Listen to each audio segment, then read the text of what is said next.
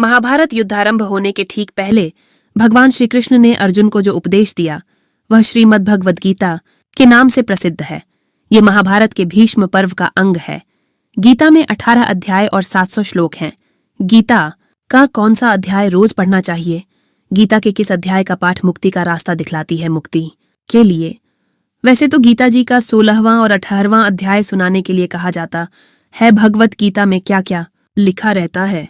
इस ग्रंथ में मनुष्य के जीवन के विभिन्न पहलुओं पर विस्तार से बताया गया है, जिसमें समझाया गया है कि एक व्यक्ति अपने जीवन में क्या करना चाहिए और क्या नहीं करना चाहिए।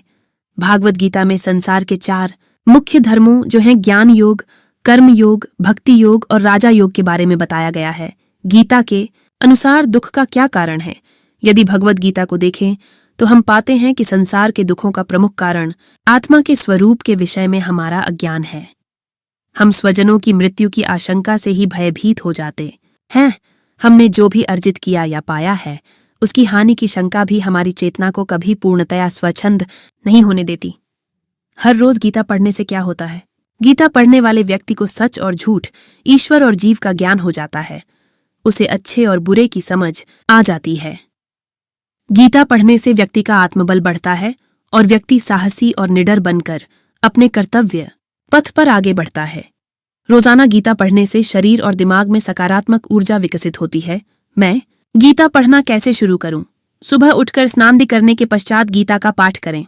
गीता का पाठ करने से पहले चाय, कॉफी, पानी या अन्य किसी भी चीज का सेवन न करें तो ही बेहतर रहेगा। पाठ आरंभ करने के पहले भगवान गणेश और श्री कृष्ण जी का ध्यान करें। गीता पढ़ने से पहले उस विशेष अध्याय का गीता महात्म्य अवश्य पढ़ें। गीता में स्त्री के बारे में क्या लिखा है?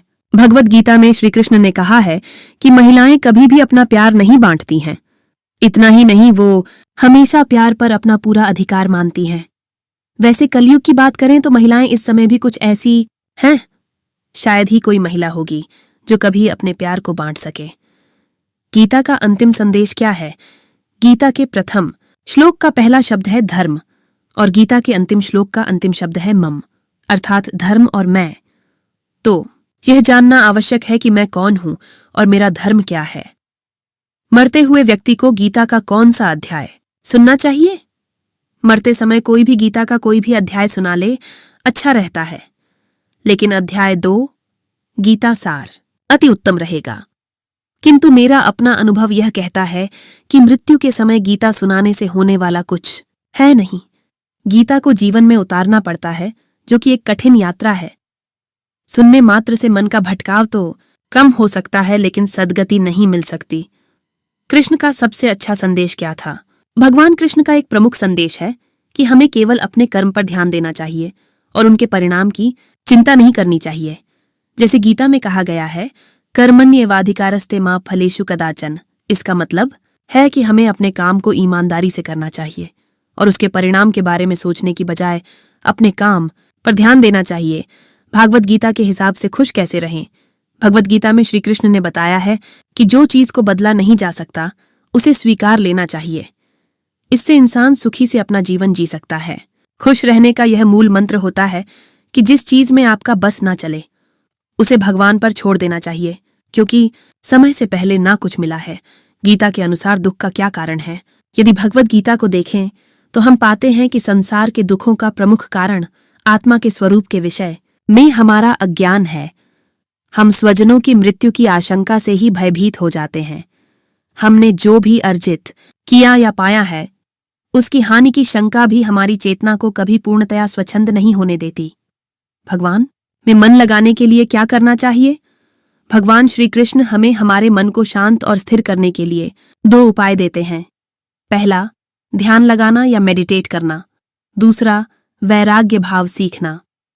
अब ध्यान या मेडिटेशन शब्द सुनते ही आप में से कई लोग कहेंगे कि आप आंख बंद कर सांसें अंदर बाहर नहीं ले सकते।